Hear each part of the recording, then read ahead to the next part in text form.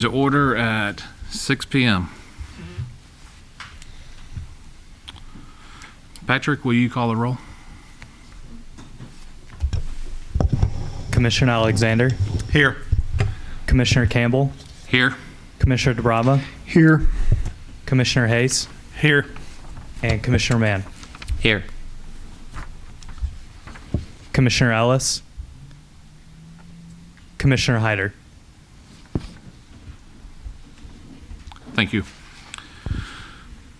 We'll move to approving the agenda for tonight. Do I have a motion? Motion to approve. Thank you.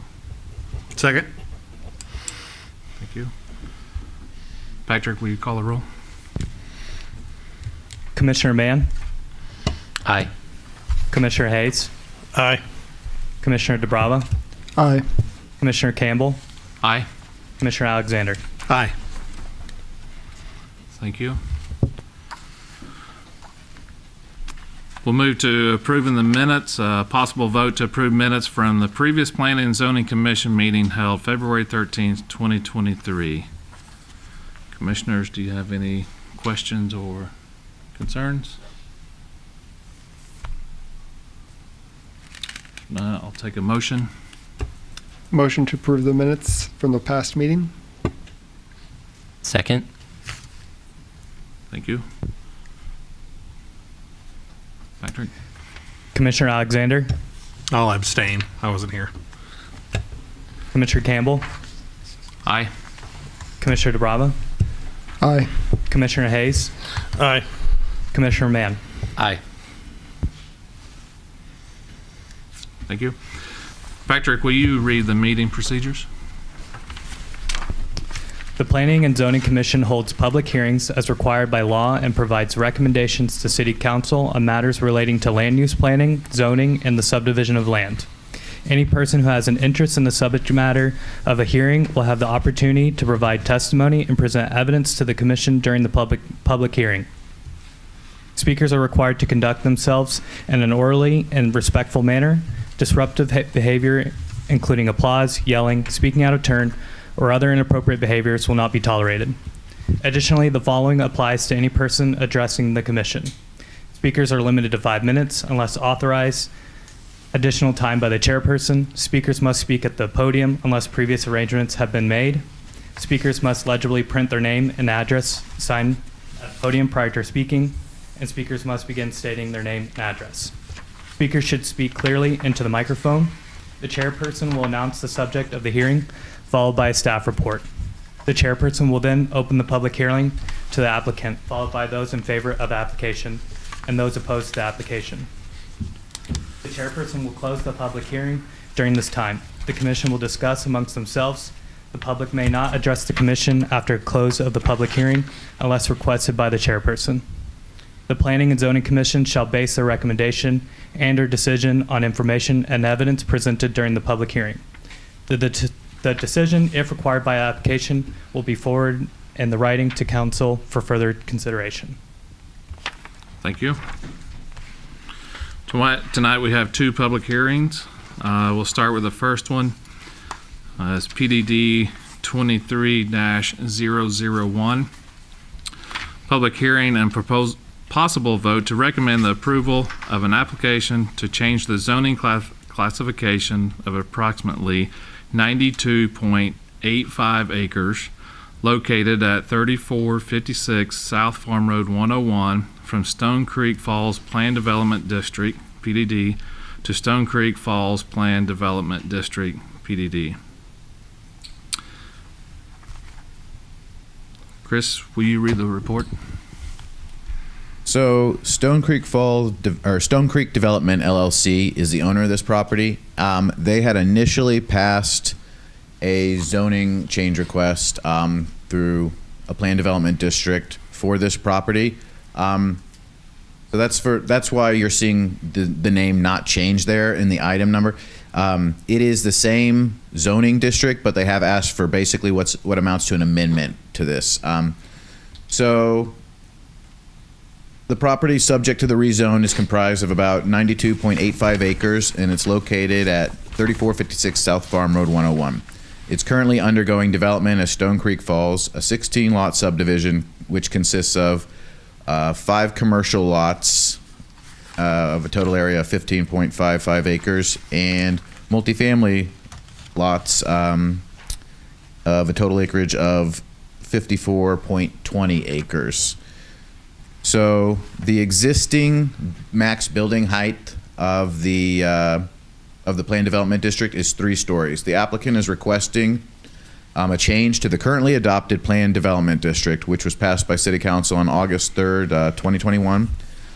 So the discussion and analysis of the item only concerns the change, as the single item is essentially all that's considered for the recommendation by the Planning and Zoning Commission and later for approval. So we'll really be looking at this as just that piece of what's being changed, as opposed to, we're not voting on the whole thing. Were this to not get recommended and not approved, it would obviously revert to the existing Stone Creek Falls.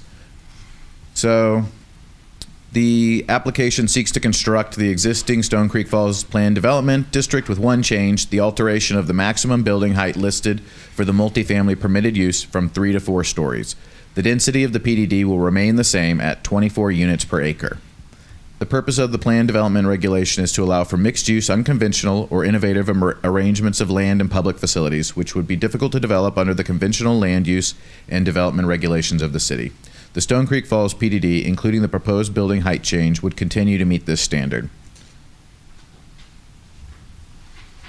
This project would be consistent with the comprehensive plan and would meet the following objectives and goals. Goal 1, to support market conditions to develop a greater variety of residential and commercial options. Objective 1, support a variety of housing developments and styles to ensure a range of options are available. Goal 2, to support new development well connected to the existing community. Objective 2, encourage development that improves and expands upon existing infrastructure. As there's no land use change being requested, the land uses on the site will remain generally compatible with the surrounding agricultural, commercial, and industrial zone properties and uses in the proximity to the subject parcel. Municipal water and sewer service there's no capacity change to adding height to the building, so there's no additional capacity requirements on the sewer or water systems. All existing facilities have sufficient capacity to serve the development. The proposed change in building height does not require additional capacity of the transportation system, nor the stormwater. The subject parcel does not contain a special flood hazard area. The subject parcel does not contain any identified sinkholes. All developments must include site design providing for sufficient emergency vehicle access as well as fire protection facilities. Additional elements of code compliance evaluated at the time of infrastructure design impacting the development of the subject property include, but are not limited to, the city's zoning regulations, adopted fire code, and adopted building code. The next steps in the process of developing for this parcel upon a favorable rezone outcome will be the continued development of the ongoing continuation of the first phase, which is what they're out there building now, and the initiated development of the second phase with respect to construction of utility services and roads. Staff considers the proposed zoning map amendment rezoning to planned development district to be generally consistent with goals and objectives of the comprehensive and land use plans, generally consistent with the trend of development in the vicinity of the site, generally compatible with surrounding land uses, and able to be adequately served by municipal facilities. Specifically, the proposed development can be adequately served by the city's municipal water and sanitary sewer services and the city's transportation network. Based on this analysis, staff is recommending approval of this application. Thank you, Chris. For the record, would anyone like to speak in support of PDD 23-001? I have a question about it. It says that we go to the 4th level. Well, it says in here it would be difficult to develop under the conventional land use and development regulations. It's the same company that owns the one across the road. Why are they wanting to go? So it's not going to change. Same units, but why is it they think it's unconventional when they have 3 floors across the street? Now they want 4 on this one. So just for clarity, the city's multifamily zoning right now does not have a height limitation. I did at the time this was built, or this plat was approved, and they were just adopting a height restriction in line with what the city already required. So had they just omitted from putting that on there, they would have been allowed, to do this. Or had they not, had they just put that they were going to use it as multifamily as opposed to limiting themselves with the height, they would have been allowed to also. They're in a kind of a unique position. Some of these lots are going to have green space. The goal for them is to create more green space and to allow for less footprint of the building to kind of create what they see as a vision for that area. So what we're mainly concerned with as staff is just, emergency access and fire issues.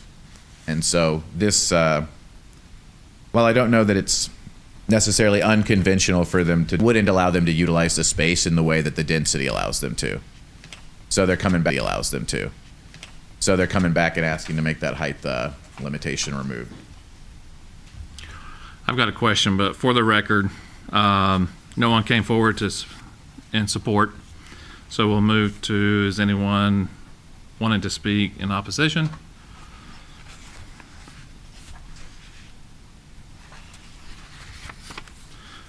Okay, we'll close the hearing. And then is there any other commissioners that have questions? Are there any other 4-story buildings within the Republic area? No, so this would be the first one. We passed this, I don't think it was quite a year ago, the zoning district changes that allowed for that. They would be the first one pursuing this at this time. And our fire does have adequate access to serve as a 4-story building? The fire code makes different requirements of buildings based on the height that they're proposing. So the requirements just in meeting the fire code will give fire sufficient coverage for that. Okay. They'll be forced to take, go above and beyond what a 3-story building is. And I think you mentioned it, but if they're not adding any more units per acre, I can only presume that this is perhaps, or some type of logistic. Right. So it's to allow them to have more, less impervious surface on the site in total. Okay.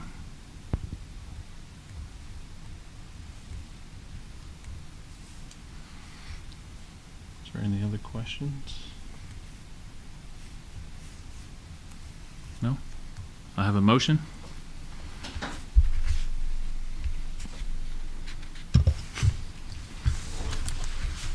Should have the thing in front of me.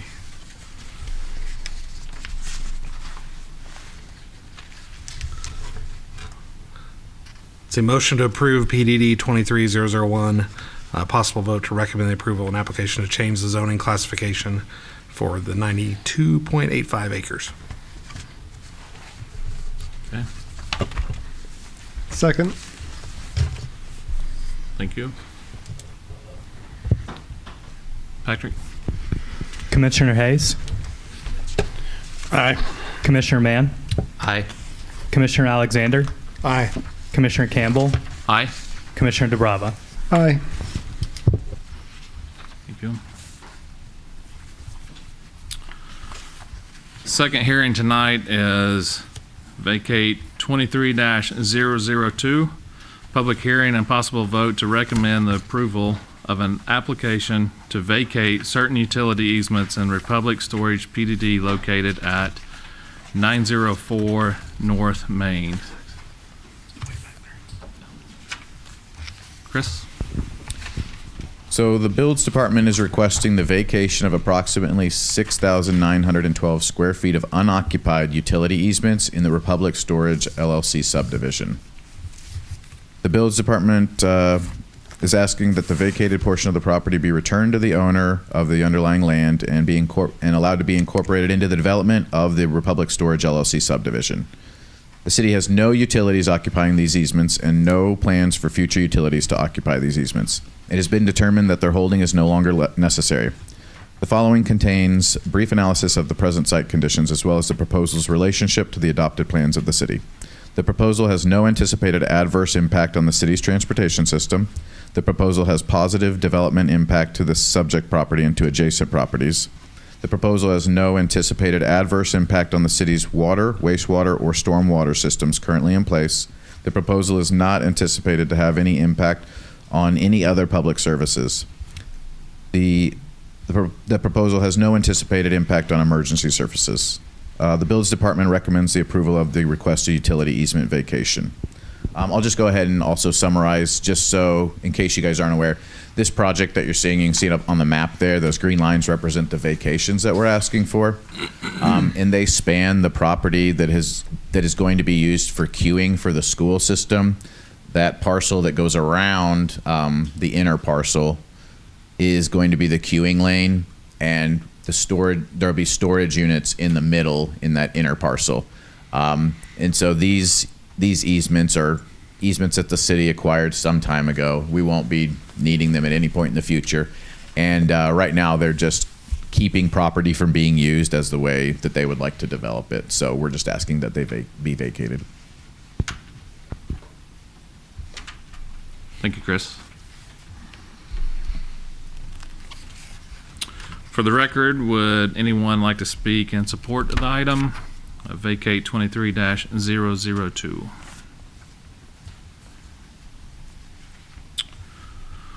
Moving on, is there anyone that would like to speak in opposition of the item?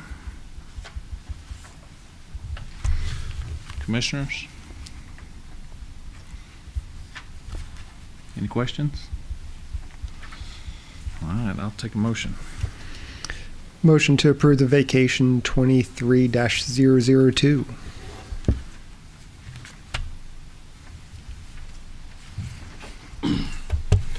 I'll second that motion.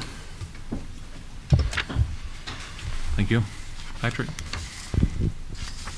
Commissioner Mann, Aye. Commissioner Hayes, Aye. Commissioner DeBrava, Aye. Commissioner Campbell, Aye. Commissioner Alexander. Aye. Okay. Is there any members of the public that would like to speak on any item not present on the agenda tonight? For the record? No? Then I'll ask the staff for any updates in the Bills Department. No update for tonight. Thank you. Okay. Motion to adjourn. I'll second that motion. Patrick?